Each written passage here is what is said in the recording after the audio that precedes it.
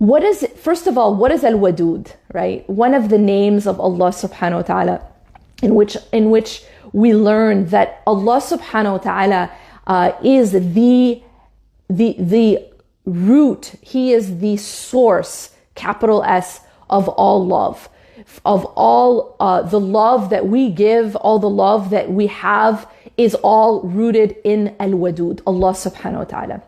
But what is the relationship now between that love that we have and we receive from Allah subhanahu wa ta'ala and that we give to Allah subhanahu wa ta'ala and our own self-love? First of all, I want to kind of just talk about this concept because I think it's one of those really popular sort of, in this modern day, there's a lot of talk about self-love. What does it mean to have self-love? And I think it's also important to define self-love in a healthy way because we are a people of extremes, right? I think that it's important to talk about these extremes so that we are aware of them, we beware of them, and we find that middle ground. So I think on one extreme you have this trend, right? Yes, love yourself.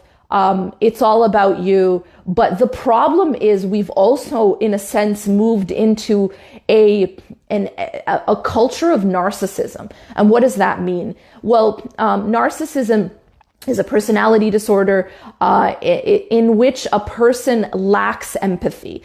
And this is one of the most striking kind of characteristics of a narcissist. It's a person who basically only sees themselves, who only sees their own needs and their own perspective in any situation. And so somebody who is a narcissist would have difficulty seeing beyond themselves, beyond that self-centered sort of view, and that they would have difficulty taking the perspective of another person. They would have it would be very difficult for them to show empathy for others. It's a very self-absorbed type of disorder, and ironically, it's actually grounded, and this is very important for the topic we're discussing today. It's ironically grounded in insecurity.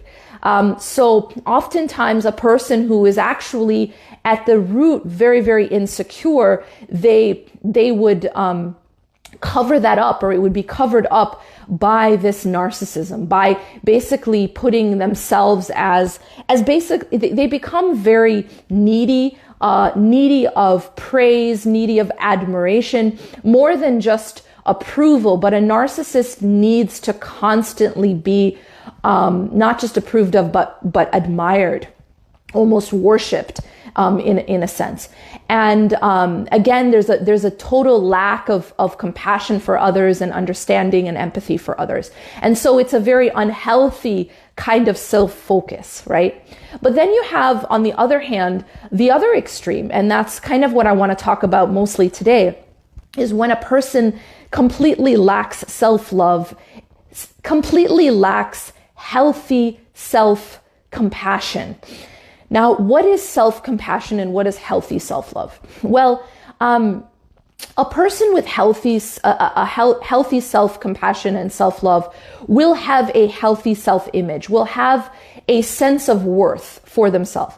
So without being a narcissist, without believing that you are at the center of the universe, but having value for yourself, believing that you are worthy, believing that you have worth, believing that you are deserving of respect, that you are deserving of love and respect and belonging, that you have self-respect, right? Now, what does that look like practically, right?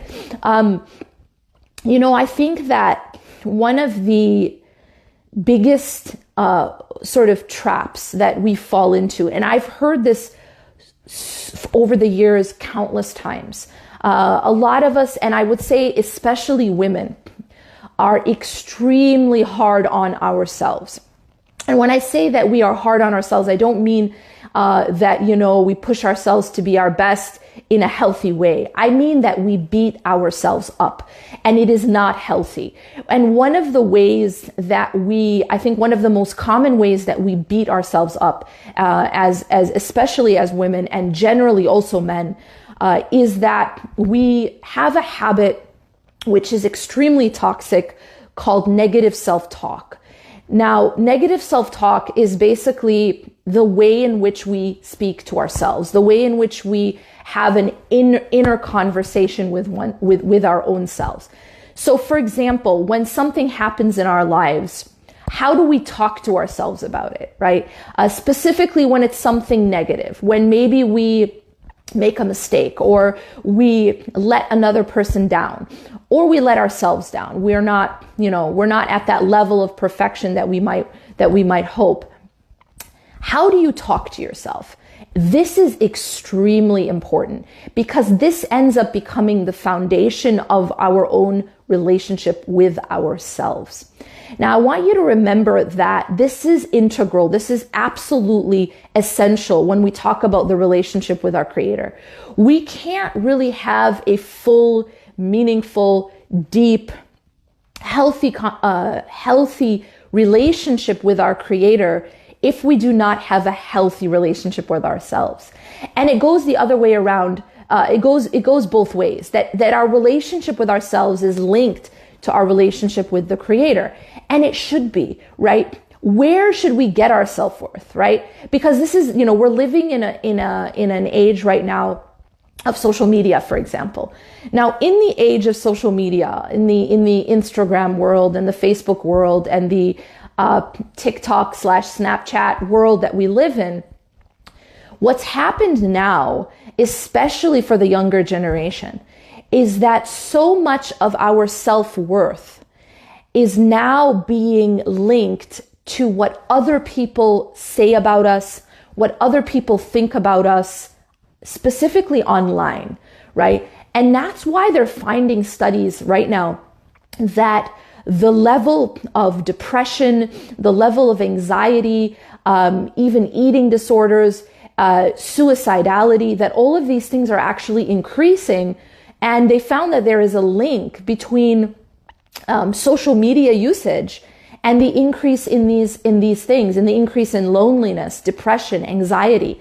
And so what's happening here, why is that happening? I mean, we're not using social media just to go, find out about, a hadith or to just maybe find out what our friends are doing. But we're using social media for a much deeper reason. And a lot of it has to do with our own self-worth, that we're linking our self-worth to what other people are saying about us and the approval of others. And that becomes extremely dangerous. Because, as you know, the people will love you one day and they'll hate you the next, right? People will approve of you 1 minute and they'll disapprove of you the next minute. We cannot link our self-worth to what other people feel about us, or what other people say about us, or what other people think about us. This is a very unstable foundation for our own worth. And when a person becomes the definition of their worth is linked to what other people are saying or how other people view them, that person becomes extremely insecure and their self-worth is unstable. And so our self-worth has to be linked to something that is stable and something that does not, something that doesn't run out, right? I mean, a person can only give you so much praise, right? A person is limited. People are limited. A person, people, the creation can only give you so much approval, right? What if they're tired? What if they're in a bad mood, right? Sometimes we get headaches, right? Sometimes we ourselves are empty and it becomes difficult to fill another. When you look at a person who is extremely needy or who is dependent upon another person for their own inner fill. When you become dependent on another, so for example, someone who's dependent on their spouse to make them feel okay, or who is dependent sometimes on their own children. This is a very unhealthy type of attachment, and sometimes narcissism, where they need their children to make them feel important. They need their children to make them feel that they're okay. Or maybe it's their social circle, or maybe it's their online community.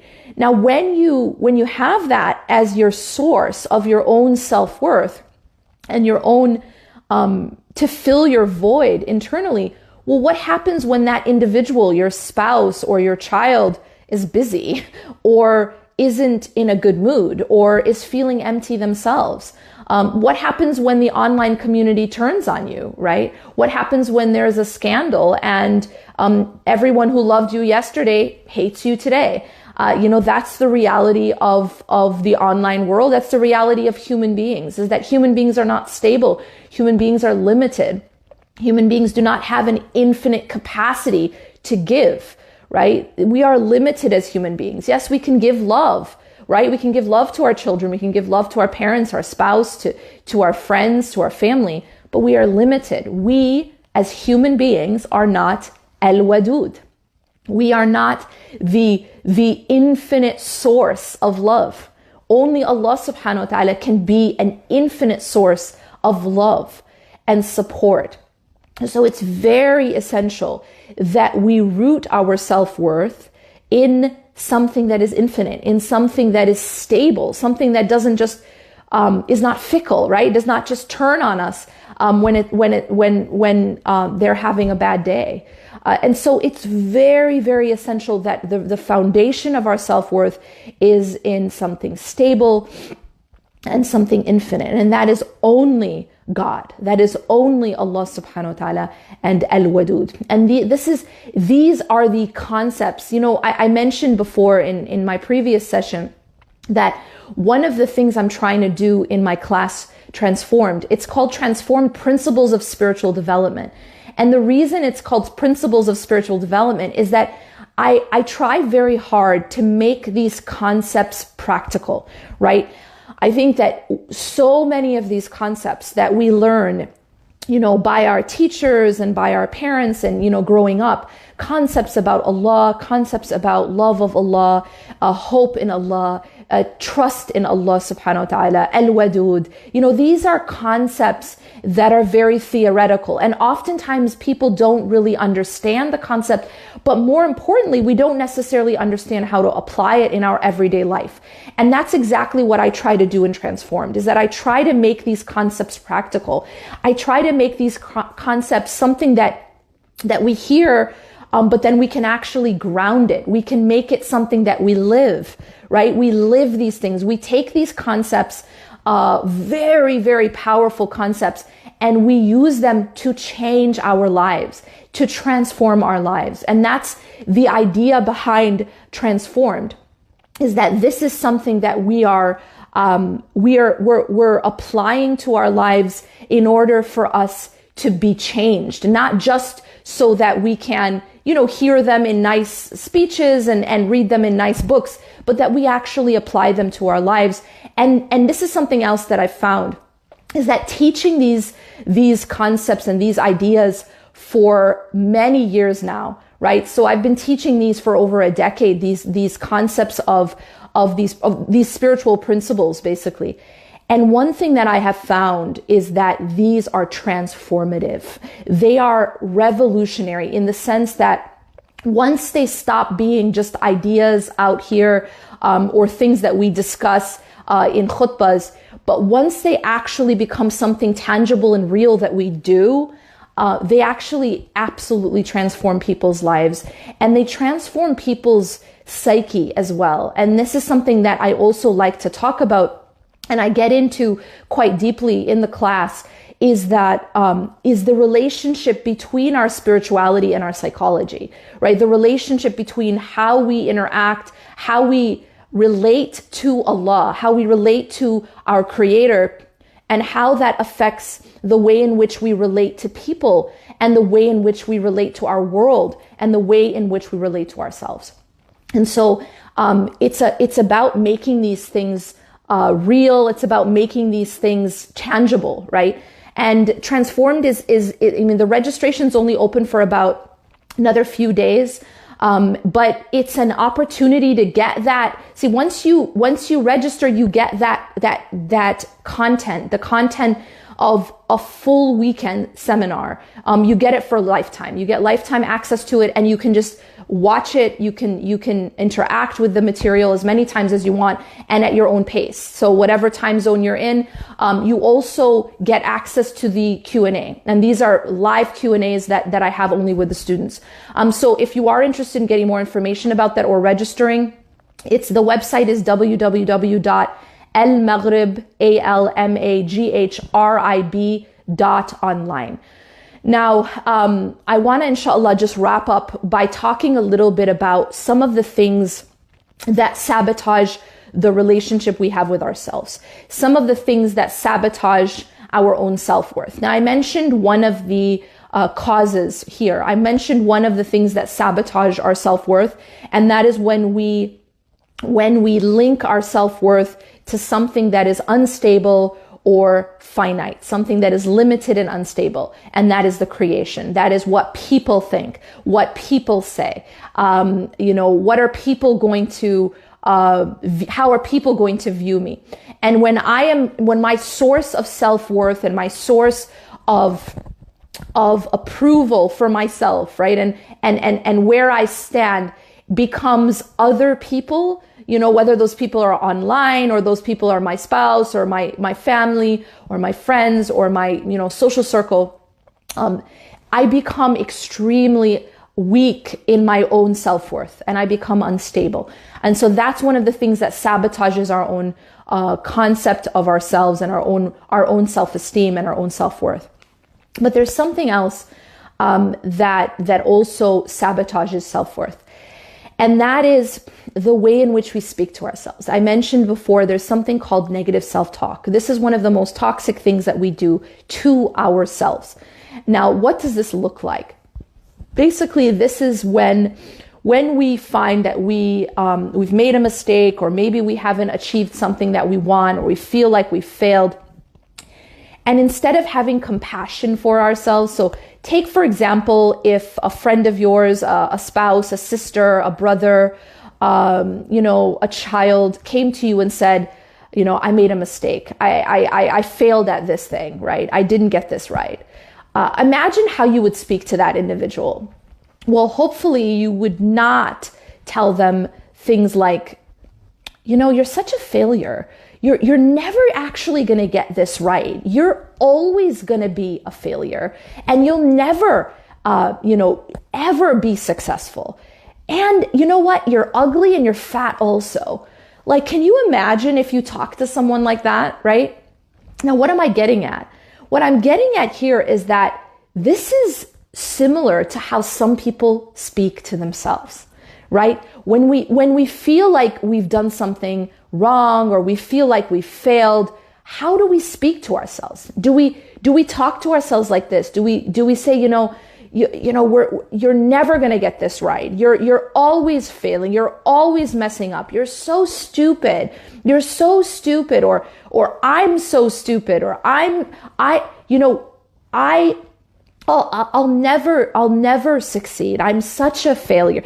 That type of self-talk is absolute poison. It is absolutely toxic.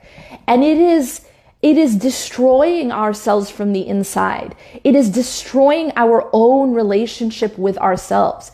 Imagine if we talk that way to our spouse or to our best friend or to our child.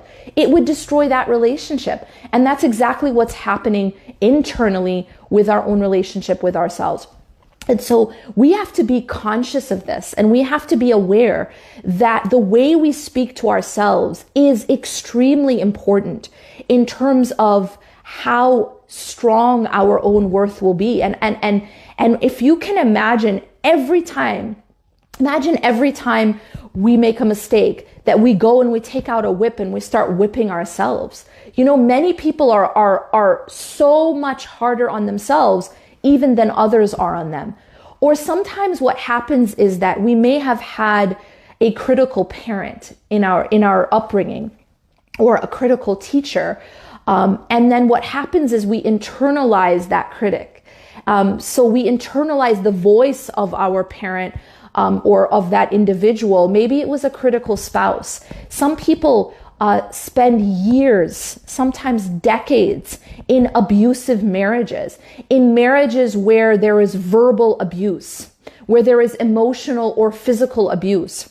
And then what happens is, unfortunately, is that hearing that type of verbal, that verbal abuse for so long, not only does it damage a person's worth, but it's that person sometimes starts to internalize that voice, and they start to do it to themselves. They start to think that way of themselves. I've heard of women who used to have a healthy self-image, who used to have very, strong self-worth. And after being in a toxic marriage, after being in an abusive or verbally and emotionally abusive, maybe also physically abusive relationship for so long, it completely destroyed their self-worth. They started to believe those things that they were being told, and they started to internalize it, so that they were actually saying those things to themselves. We have to break this. We have to get out of these toxic relationships. We have to get out of these toxic environments, and we have to stop these toxic habits. The self-talk is absolutely essential in terms of whether or not we become healthy internally, and whether or not we have a healthy relationship with ourselves and in order for us to really be able to have a healthy relationship with others, including the Creator. So these are some of the themes that I will talk about more deeply. I'm able to take questions, much more deeply in the class as we have much more time. We have full hours. We have 4 sessions that I do of live Q&A. With the students who register. You get access to all of this content as soon as you register, and you get lifetime access to it. You can see it. You can sort of interact with that content immediately and at your own pace and at your own schedule. I pray that Allah subhanahu wa ta'ala helps all of us to build a healthy self-worth that is balanced, that is not to any extreme, as I mentioned, the extreme of narcissism, nor is it the extreme of beating ourselves up and having a low sense of self-worth. I ask that Allah subhanahu wa ta'ala allow us to have a healthy self-concept and to have a healthy relationship with Him and with the creation.